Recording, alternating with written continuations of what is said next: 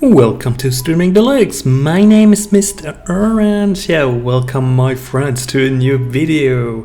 And as always, so in the beginning of this video, I'm going to make a giveaway. I'm going to pick with commentpicker.com. I'm going to pick a commentary from my last video.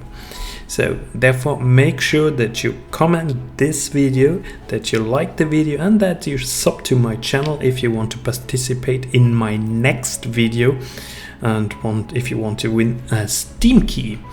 So what do I offer you today? I offer you today the choice between a F.E.A.R 3 world key, so you can redeem the key everywhere in the world, and a Metal Gear Solid 5 Ground Zeroes PC key only for Europe. So if you choose this key, then you can only redeem it from Europe.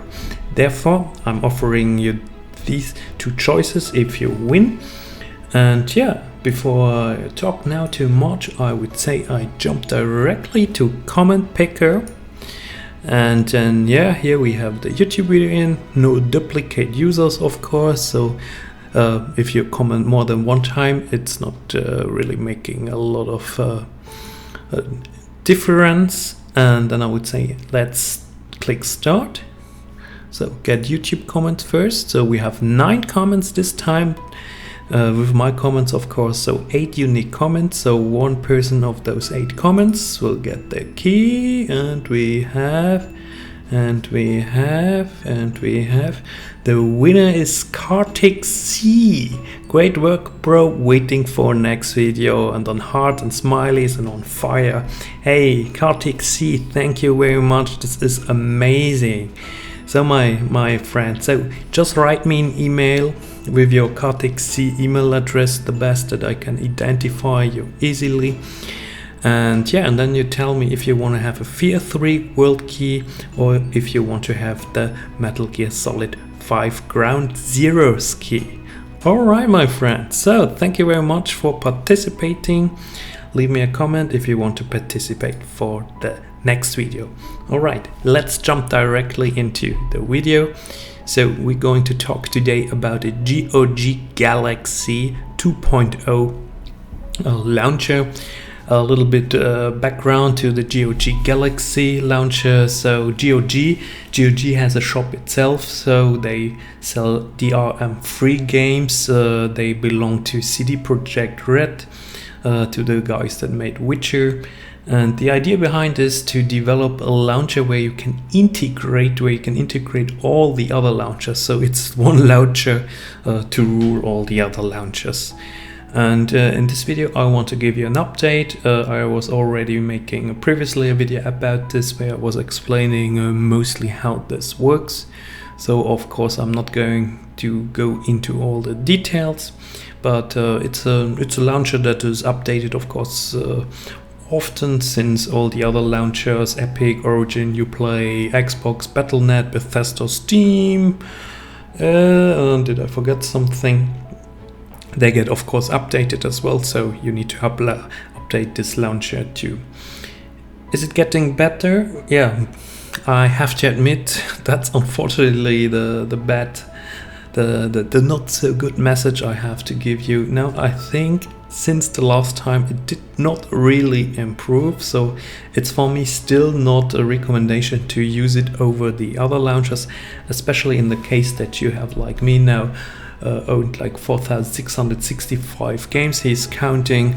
Now I can't recommend it, so for now it's for me no to use it. It's just not fast enough, and I also think it's not, for example, not counting by itself for the Battle.net launcher all the time, so it always takes the metadata from the launchers for the playtime. So but what I want to see is that it's counting the time by itself. Then it would be actually great, because for example I play a lot of Call of Duty Modern Warfare and there's no time counter in Battle.net, so I would love to see how much I have played this game. Yes, that's the GOG Galaxy 2.0 launcher. And another interesting news was coming out, so that Epic Epic got now an official implementation, so it's no longer implemented by the community, but it's now officially implemented. So you get some more data transferred to the GOG launcher, imported to the GOG launcher. So this is already pretty good. All right, so let's start here at the first option. So it's what we see is recent. Yeah, you see what I have recently played now. Vikings, for example, on Steam. Then I have played Call of Duty on the Battle.net launcher, Helix Mod, Trooper Pro, Terminator. So those are the games I have, for example, recently played. By the way, Neon Abyss, a very cool game. I got it for review purposes, so I'm going to make a video about this very cool game. And then Heroes of Might and Magic 3 is what my girlfriend is always playing on my PC, so this is also pretty cool. Then we have recently played by others, so here you can see what people have played on the PlayStation: Ghost of Tsushima, for example, or Final Fantasy. This is a remake, yeah, Final Fantasy 7 remake. So this is what my friends have played. It's also pretty cool. So you can also put your PlayStation. So if you want to connect one of those launchers here, click on the options menu, and then you have to just normally connect with your username and then with two-way authentication, etc. if you have this. So that's actually very simple. Or you can also manually add games or friends. This is also possible. So there are a lot of options. So this week's summary. It says I have added 257 games in total, so those are mostly games that I have added, yeah, not this week but over the last weeks, but it has added since I installed, or since I updated the GOG launcher. So this is also a little bit confusing and then in this sense not correct. Then we have the 2 hours played. This is also completely not working since I have definitely played more than 2 hours. I don't know how he's counting it. Well, as I said, it's not counting, for example.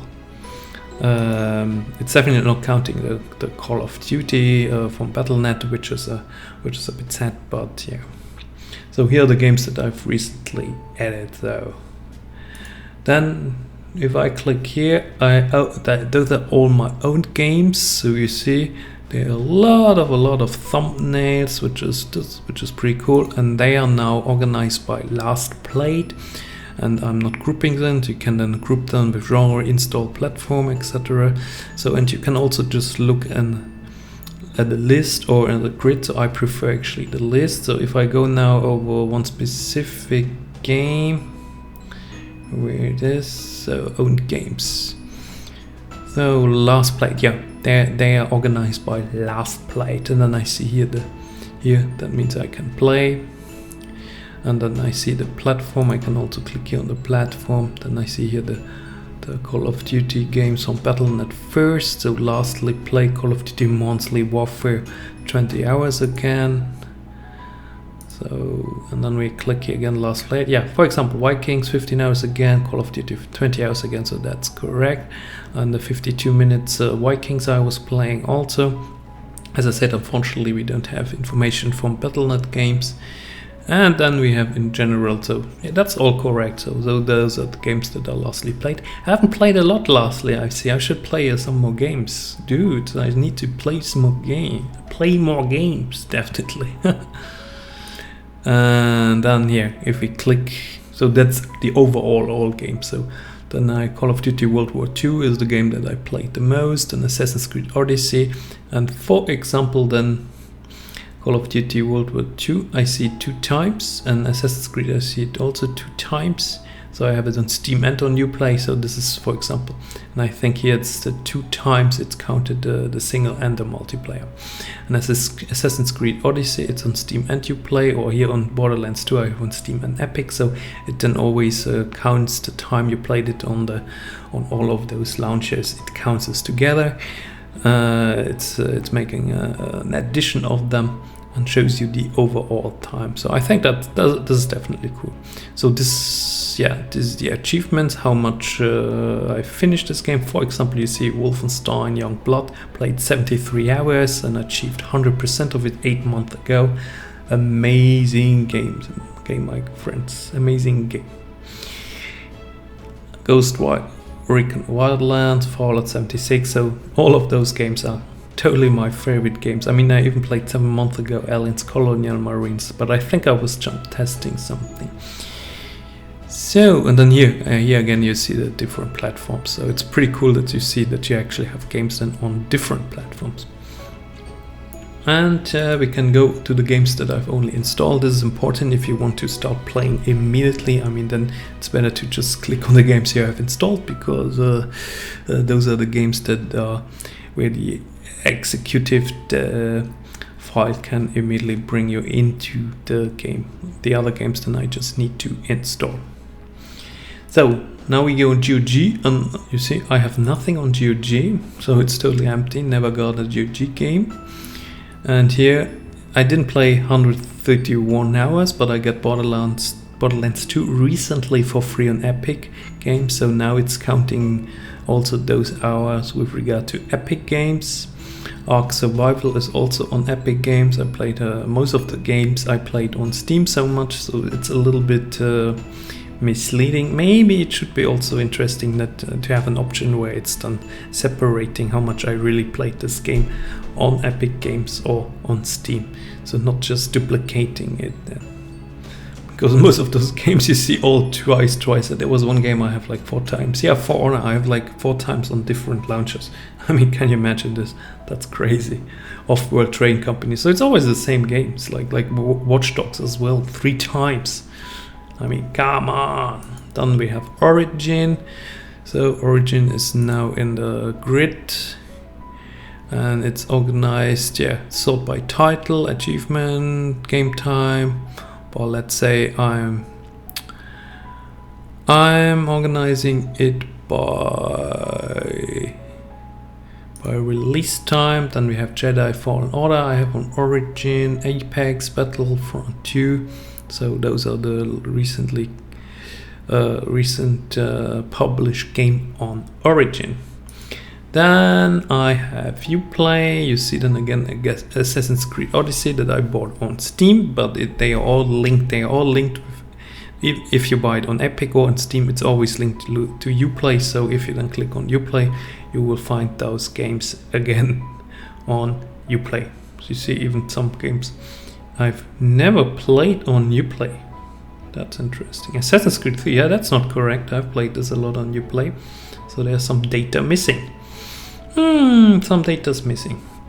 Then we have Battle.net, as I said before. Unfortunately, that's really sad. So I can organize it by game time, but it's not working because yeah, Battle.net is not showing gameplay. So here I don't have a lot of games. So Battle.net, you know it. So we have modeled the Call of Duty games, Diablo games. So I would love to see the game time. I mean, I play actually mostly Activision games in recent times. So then I also have Bethesda Launcher, so there's also a pretty cool game, not a lot of games there. And then of course Steam, my friend. So I think if I'm scrolling down now, it's going to crash. Yeah, sometimes it freezes, so it crashes, freezes. I don't know if is it the internet connection. Only my internet connection is pretty fine. Is it the program itself? So it's not very stable. Then we can go to activity. Did something change? I think activity they made a bit nicer. It looks now a little bit more like in Steam. So, or it comes from Steam. So they they implemented some of the Steam function where you see reach 25% achievements. So BX Bender got 25% achievement of a specific game. That's actually cool to see. So yeah, for the activity, I'll kind of like this activity. Friends leaderboard. With regard to what? To playtime. And then you see the friends that are in the game at the moment. Friends online. So yeah, that's overall. I mean, those are your friends. So if you can see them, so I click. And it's not working, it's not working. Unbelievable. Ah yeah, okay. Now another window was opening, so but to respect the privacy of my friends, I'm not showing you this for now. Yes, and the only new option they implemented was officially Epic Game Store, the Epic Game Store launcher.